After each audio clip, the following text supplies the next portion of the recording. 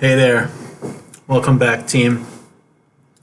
So today I have a story for you, and I wanted to chat about how to deal with rude, angry, or frustrated parents, family members, especially when you're in the hospital, when you're on call, when you're super busy, and when sometimes you're not the reason or you weren't part of the team that caused their dissatisfaction. We hand off patients. Some attendings work 1 week on, 1 week off, and then they're being asked questions about something that happened on the week they were off. So I'll just tell you a story.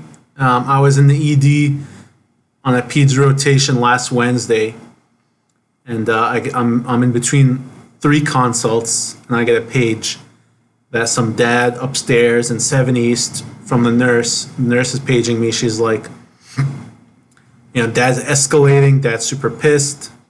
The kid was NPO. Dad's like refusing to follow that. Wants to feed him. Is mad about a contrast study that wasn't done this morning. And I need you to come talk to him.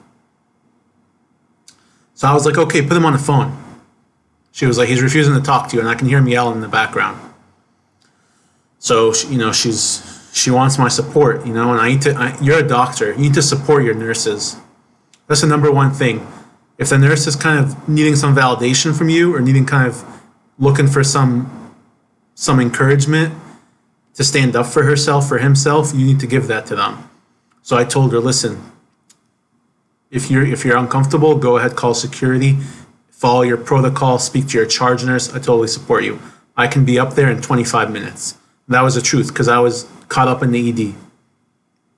So what did I do? So first thing, you got to prepare. You might be the person that's on call. This was a Wednesday, so remember I told you guys on Wednesdays I have didactics in the morning. So I got to the hospital at 10 a.m. I got this page at like noon. The stuff that happened at 8 a.m. I wasn't in the hospital, so I didn't really know what was going on. So first thing you got to do, you got to come prepared. So I read up on the patient. I passed by the OR. I talked to my senior, and I told him, hey, this is what's happening. What happened this morning? Because I wasn't there. Like, what's the real reason the study wasn't done? Because I'm about to go talk to his dad. Okay? And then you have to stick to your word. You got to go. You got to talk to them. These people, they deserve your time.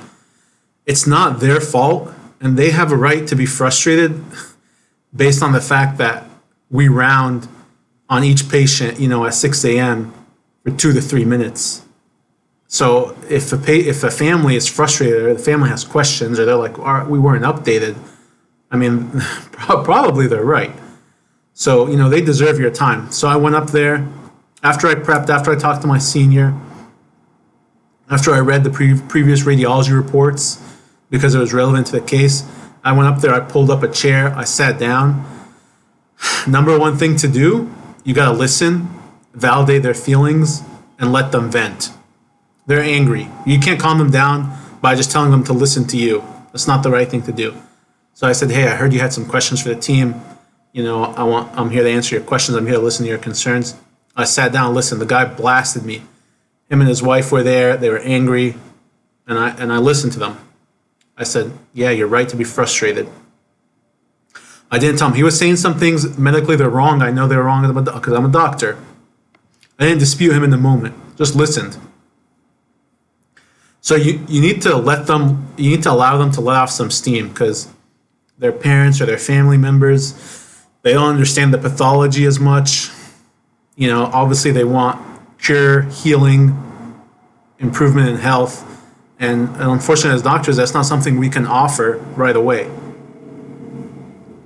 So I listened, 20 minutes, 25 minutes, and I validated his feelings. And when I say validate his feelings, I don't believe in lying to patients. So I can't say to a dad who's got a 2-year-old who's been in the hospital for 3 weeks, I understand what you're going through, because I don't, because I'm not a dad, because I don't have a sick kid in the hospital. Okay? Yeah, I've been hospitalized before, but my experience and my my medical issue is totally different than what their experience is. So I was honest. So I can't say I understand what you're going through. I don't have kids. but I'm sorry that you're frustrated. I'm sorry that we didn't do our part to make you feel heard. And you're allowed to apologize for things that are actually mistakes of your team. You know, you can apologize like, I'm sorry we didn't update you on time, which was the case. So after you validate their feelings and you've developed some relationship with them where they believe that you'll listen to them if they vent and that you'll listen to their concerns, now it's time to solicit questions like, so what questions do you have, or what concerns or specific issues can we chat about? Okay, because when they just say like the care is not the way we want it, well, I mean, that's something that I'm gonna validate, but that's not something that I can address unless it's with a specific thing. So explain what needs to be explained, which means like I can't explain my attending schedule to them. That's not something in my control. I can't explain why, 2 weeks ago there was one attending who did something. I can't explain things that another team did or said to them or promised them. So if they bring up like, oh, the oncology team said this, well, I say I wasn't there and I don't know what the oncology team, why they told that to you. So you'd have to, or I'm willing to reach out to them and we'd have to talk with them directly first. But you explain what needs to be explained and what you know about the patient, the reason things didn't happen. In this case, there was a contrast study that needed to be done. There was a contrast enema for a patient who the question was small bowel obstruction. And the radiologist said there was an x-ray done very recently that showed portal venous gas, and the radiologist was uncomfortable, unwilling to proceed with the study and said, we need to wait. We need to keep this patient MPO for another day. So I explained that because that's something that was relevant, but I can't explain like something that happened 2 weeks ago by a different team. So the other thing is, even after everything's all done, after you feel like you've explained your part, you still have to say, what other questions do you have?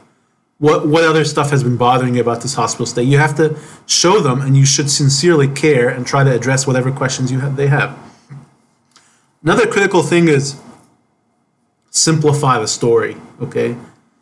Don't talk about, don't say big words, big medical things. Simplify things and explain. I don't say perforate. I say pop.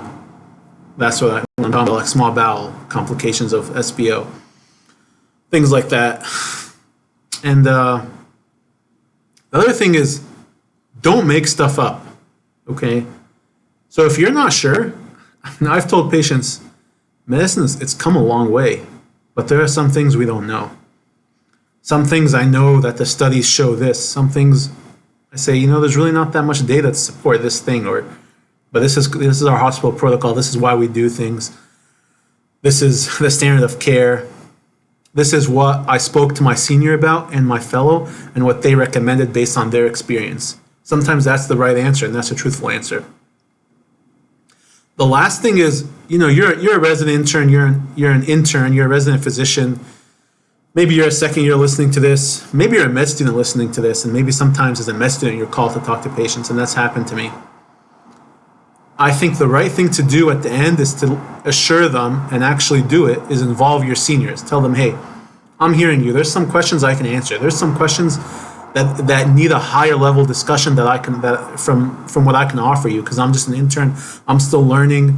I'm a year into this. I'm 6 months into this, but I promise I'm gonna run this up the chain. I'm gonna let my seniors, my fellows, my attending know about your concerns. And I'm going to ask them to stop by, but I can't promise that they're going to stop by today or tomorrow.